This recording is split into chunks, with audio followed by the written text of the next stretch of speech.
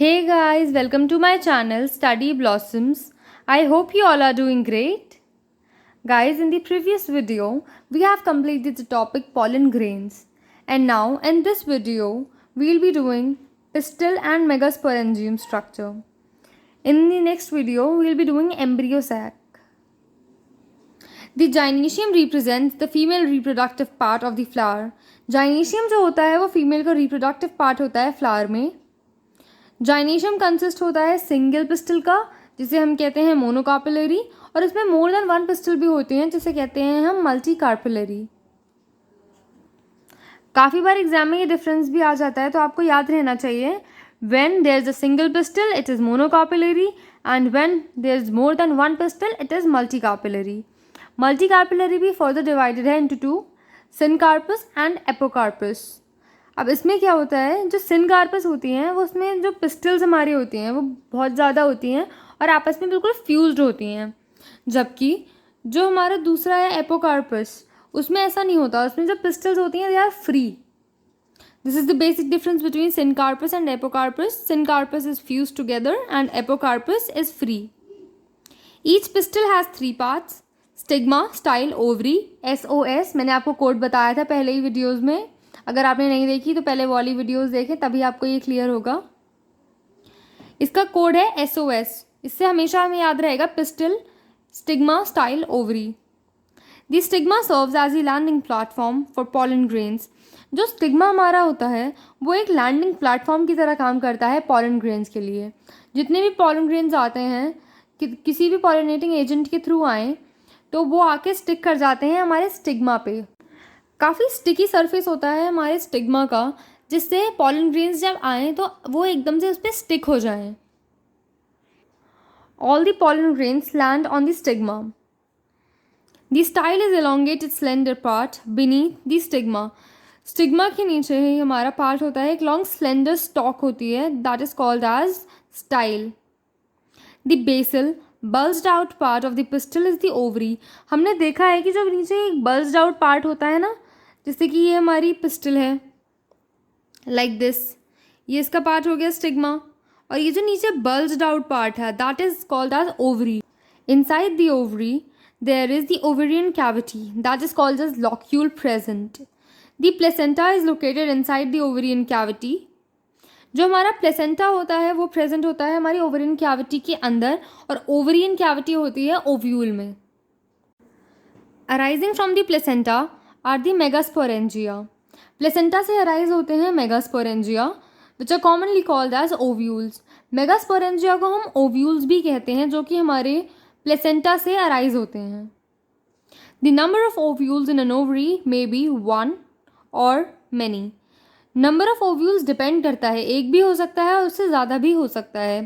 For example wheat, paddy, mango, they have 1 ovule. Ovule is seed. कितनी seed है उसमें ये डिपेंड करता है. टू मैनी जैसे पपाया, वाटरमेलन, ऑर्किड्स, इसमें हमने देखा है कि बहुत सारे सीड्स प्रेजेंट होती हैं, विच मीन्स इसमें ओव्यूल्स का नंबर ज़्यादा है और इसमें ओव्यूल का नंबर 1 है. The megasporangium ovule. The ovule is a small structure attached to the placenta by means of stalk called funicle. Ovule जो होता है हमारा structure वो attached होता है placenta से by a stalk which is called as funicle. The body of the ovule fuses with the funicle in the region called hilum. Hilum जो हमारा region होता है उसमें ovule fuse करता है funicle के साथ. Thus, hilum represents the junction between ovule and funicle. ये क्वेश्चन काफ़ी बार आ जाता है कॉम्पिटिटिव एग्ज़ाम में और बोर्ड एग्ज़ाम्स में इन 1 मार्क, कि जो जंक्शन होता है between ovule and funicle, what is it called? It is called as hilum. Each ovule has 1 or 2 protective envelopes called integuments. हर ओव्यूल के अंदर 1 या 2 प्रोटेक्टिव एनवेलप्स प्रेजेंट होते ही हैं, जिसे हम कहते हैं integuments. Inner integument and outer integument. Integuments encircle the ovule except at the tip, where a small opening called the micropyle is organized. Integuments पूरे ovule को कवर करती हैं except the tip, जिसे हम कहते हैं micropyle. उतनी जगह छोड़ दी जाती है, वो कवर नहीं की जाती इंटेग्यूमेंट्स के through. Opposite the micropylar end is the chalaza, representing the basal part of the ovule. जो हमारा basal part of the ovule होता है उसे हम कहते हैं चलाजल एंड. माइक्रोपाइल के जस्ट ऑपोजिट प्रेजेंट होता है वो, और ये ओव्यूल के बेसल पार्ट को रिप्रेजेंट करता है. Enclosed within the integument is a mass of cells called the nucellus. इंटेग्यूमेंट्स के अंदर एक मास ऑफ सेल्स प्रेजेंट होता है which is called as nucellus. Cells of the nucellus have abundant reserve food materials. Located in the nucellus is the embryo sac or female gametophyte. Embryo sac को ही हम female gametophyte कहते हैं, जो कि present होती है न्यूसेलस के अंदर. और न्यूसेलस के पास abundant food reserve प्रेजेंट होता है जिससे कि वो फूड को हेल्प कर सके to grow, to nourish. Embryo sac को ये फूड मटेरियल प्रोवाइड करता है to grow further. An ovule generally has a single embryo sac formed from a megaspore. जो ओव्यूल होता है उसके पास जनरली एक सिंगल एम्ब्रियो सैक प्रेजेंट होता है which is formed from a megaspore, जो कि एक मेगास्पोर से बनता है. What is a megaspore? It is ovule. हमें ये टर्म्स याद रखने हैं. लर्न करने में थोड़े डिफ़िकल्ट हैं, बट जब हम इन्हें प्रैक्टिस से करेंगे, इसके रिविजन करेंगे, सही से याद करेंगे तो डेफिनेटली हमें याद हो ही जाएंगे ये. They are not that much difficult. Now let's come to megasporogenesis. The process of formation of megaspores from the megaspore mother cell is called the megasporogenesis. जैसा कि हमने मेल रिप्रोडक्टिव पार्ट में देखा ही था, microsporogenesis, the process of formation of microspores from a pollen mother cell is called microsporogenesis. Same इसमें भी ऐसे ही होता है.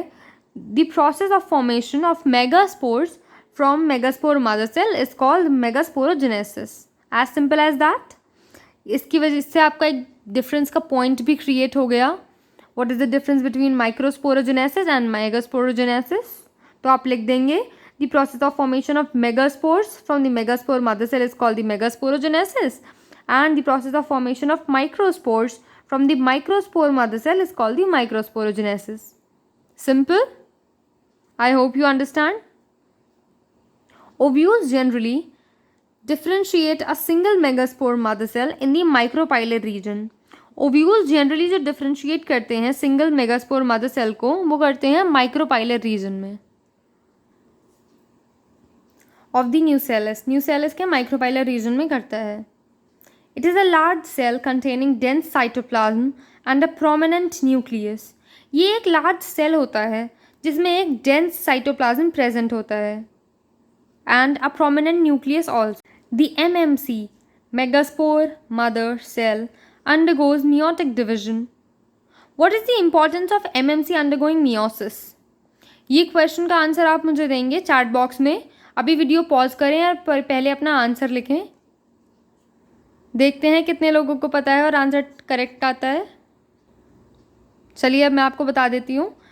मियोसिस अंडरगो करना इसलिए इम्पॉर्टेंट है जिससे कि प्लॉइडी ऑफ गैमीट मेंटेन्ड रहे. हमें प्लॉइडी से कोई भी छेड़छाड़ नहीं करनी है, हमें प्लॉइडी को मेंटेन्ड रखना है. Meiosis results in the production of 4 megaspores. जब इसमें मियोसिस होता है तो ये रिजल्ट करता है formation of 4 megaspores. Plants, one of the megaspores is functional while the other 3 degenerates. हमें पता ही है कि जो फ्लावरिंग प्लांट्स होते हैं उनमें एक टेट्राइड का फॉर्मेशन होता है जिसमें से कोई एक जो होता है सिर्फ वही फंक्शनल होता है और बाकी जो 3 होते हैं वो डिजेनरेट कर जाते हैं. Only the functional megaspore develops into the female gametophyte, embryo sac. This method of embryo sac formation from a single megaspore is termed as monosporic development. इस पैराग्राफ को समझते हैं. जो एक फंक्शनल मेगास्पोर बचता है ना हमारे पास, वो क्या करता है, डेवलप करता है अपने आप को एम्ब्रियो सैक में, दैट इज फीमेल गेमीटोफाइट.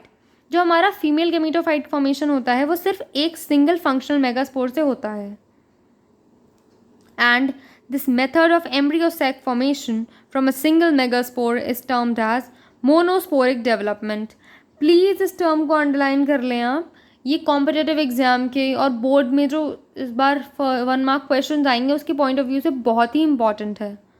और जैसा कि हमें पता ही है, मे बी ऐसा हो कि मल्टीपल चॉइस क्वेश्चन एग्ज़ाम हो हमारे इस बार, सो बी रेडी, 1 मार्क क्वेश्चंस बहुत आएंगे और मे बी डिफ़िकल्ट हों वो, क्योंकि वो एनसीईआरटी के बीच से आएंगे, इसलिए हमें बहुत थरो स्टडी करनी है। समझ रहे हैं आप?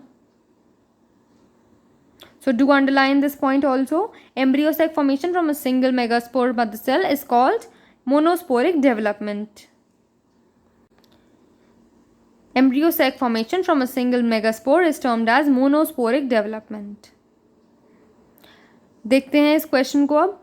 What will be the ploidy of the cells of the nucellus, MMC, functional megaspore and female gametophyte? हमसे क्वेश्चन में पूछ रहे हैं कि न्यूसेलस की प्लॉइडी क्या होगी. तो यह हमेशा हमें ये याद रखना है कि जो न्यूसेलस होगा उसकी प्लॉइडी होगी 2n. जो हमारा मेगास्पोर मदर सेल होगा उसकी प्लॉइडी होगी 2n, और जो फंक्शनल मेगास्पोर होगा that is n, and female gametophyte also n. I hope this much is clear to you. So that's all for today. Embryo sac formation we'll be doing in the next video. Till then, thank you. If you like the video, then do like, comment, share and subscribe to my channel Study Blossoms. Stay home, stay safe.